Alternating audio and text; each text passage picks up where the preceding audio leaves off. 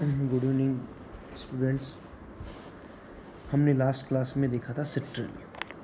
सब लोगों को पता है हमने कौन सा कंपाउंड देखा था, सिट्रल। देखो सिट्रल और जीरेनियोल, अपने टर्पिनोइड्स की बात कर रहे हैं। हम एमएससी फाइनल ईयर के 4th chapter chemistry of natural product के अंदर टर्पिनोइड्स डिस्कस कर रहे हैं, और टर्पिनोइड्स के अंदर हमने बात करी थी लास्ट क्लास में सिट्रल, और अब हम आज बात करेंगे जीरेनियोल की। देखो जीरेनियोल में सिट्रल में ज़्यादा फर्क नहीं है। सिट्रल एक एल्डिहाइड कंपाउंड था और ये एक अल्कोहल है। मैं आपको इसकी स्ट्रक्चर डिस्कस करूं तो देखिए इसकी क्या स्ट्रक्चर होगी। सेम वही स्ट्रक्चर है।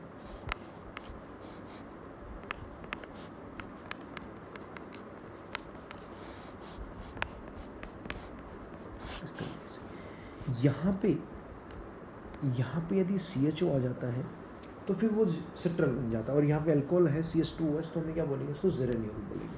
देखिए इसके बारे में मैंने आपको यहाँ पे बताया था कि इसकी स्टडी हमें थोड़ी सी अलग टाइप से करनी होती है। यहाँ पे हमें क्या करना है, इसको उल्टा चलना होता है कि हमें स्ट्रक्चर बता दी, लेकिन हमें ये ट्रीट करना है कि हमें इसकी स्ट्रक्चर का पता नहीं है। तो उसको सबसे पहले कैसे इसको फाइंड आउट किया होगा। जब इसकी स्ट्रक्चर पता नहीं होती थी तो ये अननोन कंपाउंड था, तो उसको कैसे पता किया गया। तो देखिए ये इसेंशियल ऑयल्स में प्रेजेंट होता है। जितने भी इसेंशियल ऑयल होते हैं उनमें ये प्रेजेंट होता है। दूसरा, इसका जो मॉलिक्यूलर फॉर्मूला है वो होता है C10H18O। There is 2 double bond. इसमें कितने डबल बॉन्ड होते हैं? 2 डबल बॉन्ड होते हैं, एक ये और एक ये वाला। 2 डबल बॉन्ड है। अगर इसकी रिएक्शन कराएंगे हाइड्रोजन से तो ये 2H2 hydrogen molecules, 2H2 moles of hydrogen will be used.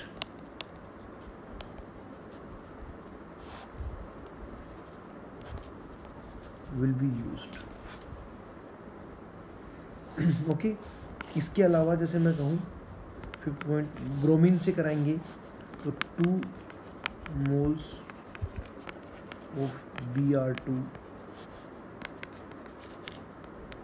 will be used।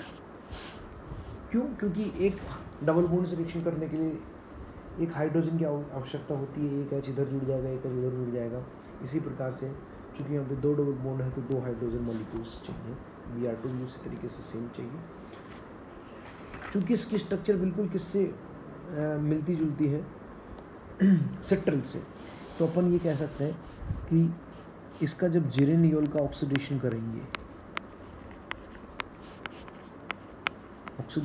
तो हमें क्या मिल जाएगा? सिट्रल मिल जाएगा। ऑब्वियसली बात है। कैसे? ये आपको पता है जीरेनियोल है, इसका हमने ऑक्सीडेशन किया तो हमें ये मिलेगा। क्योंकि अल्कोहल का आपको सब लोगों को पता है, माइल्ड ऑक्सीडाइजिंग एजेंट लेंगे तो अल्कोहल पहले किस में कन्वर्ट होता है? एल्डिहाइड में, और उसके बाद में फर्दर इसका ऑक्सीडेशन करेंगे तो किस में कन्वर्ट होता है? कार्बोक्सिलिक एसिड में कन्वर्ट होता है।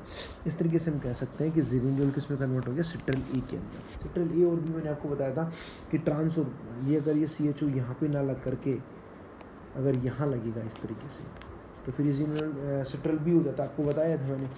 इस तरीके से हम इसको पता कर सकते हैं। बाकी सारी स्ट्रक्चर इसकी जो है उससे मैच होती है। मैं लास्ट में आपसे जो नोट्स डिस्कस कर लूँगा कि ये जो है the aldehyde has been identified as a citral A, as a geranial भी बोलते हैं, which could be recovered into geraniol by reduction. अगर हम इसको यहाँ से यूँ लेके जाएंगे तो हमें क्या करना पड़ेगा? इसका रिडक्शन करना पड़ेगा, तो ये जीरेनियोल में कन्वर्ट हो जाएगा इस तरीके से। ये हमें पता है सब लोगों को। अब बात आती है मेन इसका सिंथेसिस। देखो सिंथेसिस इंपॉर्टेंट है। आपको उसकी स्ट्रक्चर पता होनी चाहिए, उसका सिंथेसिस पता होना चाहिए। बेसिकली ये चीज़ है। सिंथेसिस करेंगे, इसके सिंथेसिस बहुत ही अच्छा एक इसका रूट है। सिंथेसिस कैसे करेंगे? सिंथेसिस ऑफ जीरेनियोल, ये पूछा जाता है एग्जाम में। सिंथेसिस ऑफ जीरेनियोल, इसके लिए बेसिक स्ट्रक्चर ये वाली लेनी होती है।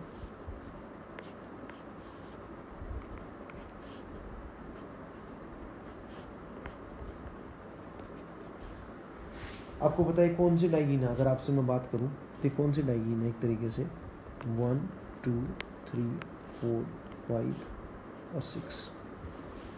कलेजल एस्टर कंडेंसेशन हो जाएगा इसके अंदर। कौन सा कंडेंसेशन हो जाएगा? पेरिसाइक्लिक रिएक्शन आपने पढ़ी होगी। कौन सा कंडेंसेशन हो जाएगा? कलेजल एस्टर। ये देखो CO बॉन्ड आ रहा है ना, तो अपन कह सकते हैं इस तरीके से, ये बॉन्ड यहाँ पे, ये बॉन्ड यहाँ पे और ये वाला बॉन्ड यहाँ पे, इस तरीके से। इसको कौन सा कंडेंसेशन बोलेंगे? कलेजल एस्टर कंडेंसेशन। तो ये आपका बन गया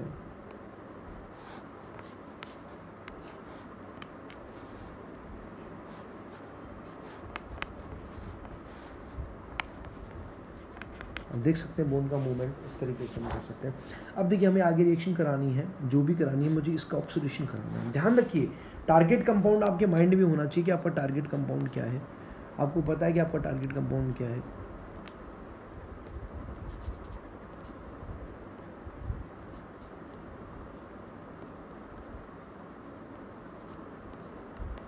इस तरीके से।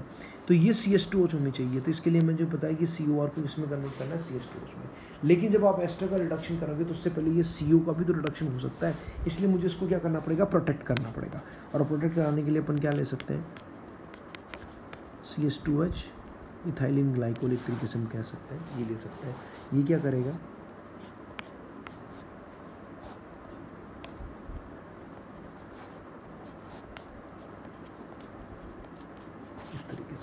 अरे प्रोटेक्टिंग एजेंट होता है ना ये CH2OH यहाँ पे। ये भाई एक बार ये कार्बन कंपाउंड है, ये अल्कोहल कंपाउंड है। तो कार्बन कंपाउंड पे जब अल्कोहल रिएक्शन करेगा तो उससे क्या होगा? पहले तो क्या बनेगा? हेमी कीटल बनेगा, और फिर दोबारा वो रिएक्शन करेगा तो क्या बन जाएगा? कीटल बन जाएगा। तो इसका प्रोटेक्ट हो गया ना। अब रिएक्शन इसके ऊपर होगी ही नहीं। कोई भी रिएक्शन कराएंगे अपन रिड्यूसिंग एजेंट की तो केवल इस पर रिएक्शन करेगा।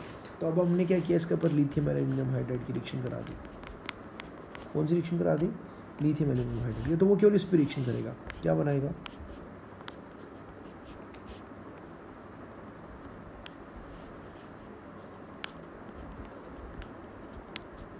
इस तरीके से CH2OH में कन्वर्ट हो गया। अब आगे देखिए, इसको मैं दोबारा बना दूंगा। ये आपका कंपाउंड बन गया।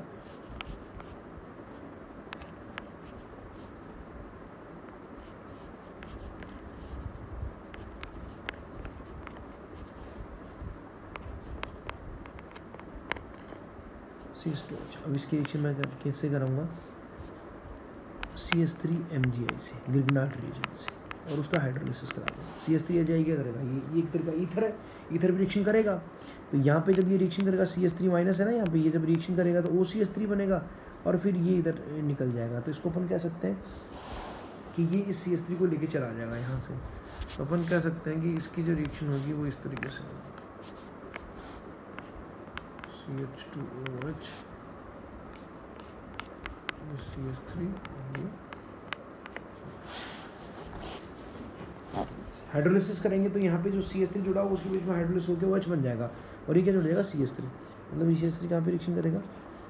यहाँ पे इस तरीके से, ये बाहर निकल जाएगा, CH3 जुड़ गया, तो इसका हाइड्रोलिसिस होगा, OH बन जाएगा। अब देखिए इसको वापस से, इसको मैं इस ग्रुप का एसिटिलाइजेशन कर देता हूँ जिससे इसके ऊपर कोई फर्क नहीं पड़ेगा। इसको मुझे सिक्योर रखना है क्योंकि मेरे जिरेनियोल कंपाउंड के अंदर ये बचा रहा है लास्ट में। तो इसकी मैं रिएक्शन कर रहा हूँ एसिटिक एनहाइड्राइड से, AC2O से। तो क्या होगा? इसको ये प्रोटेक्टिंग एजेंट है, जैसे मैंने आपको अभी बताया इथाइलिन ग्लाइकोल, उसी तरीके से CH2OA से ये बन गया।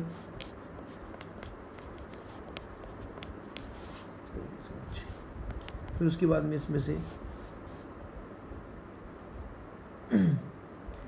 यहाँ पे अपन H+ की रिएक्शन करा करके यहाँ से हम क्या कर सकते हैं? इसको H+ को निकाल सकते हैं। CH3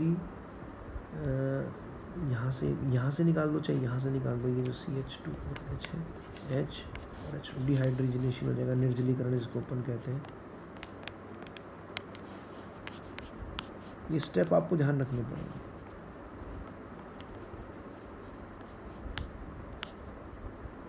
CH3, ये क्या बच गया? CH3। इसको दिखाने की जरूरत नहीं है, सिंपल एक जो ये स्टिक्स है ये भी किसको बताती है? CH3 को ही बताती है। H2 हो गया, निकल गया, OH और H+ निकल गया, इसलिए यहाँ पे ये क्लियर है। इस तरीके से अब देखिए आगे जाने से क्या होगा, अब देखो यहाँ पे ये आप देख सकते हैं यहाँ पे 1 2 3 1 2 3, तो 3 सिग्मा ट्रोपिक रिएक्शन हो सकती है। यहाँ पे कौन सी रिएक्शन हो सकती है? 3 सिग्मा ट्रोपिक रिएक्शन यहाँ पे हो सकती है।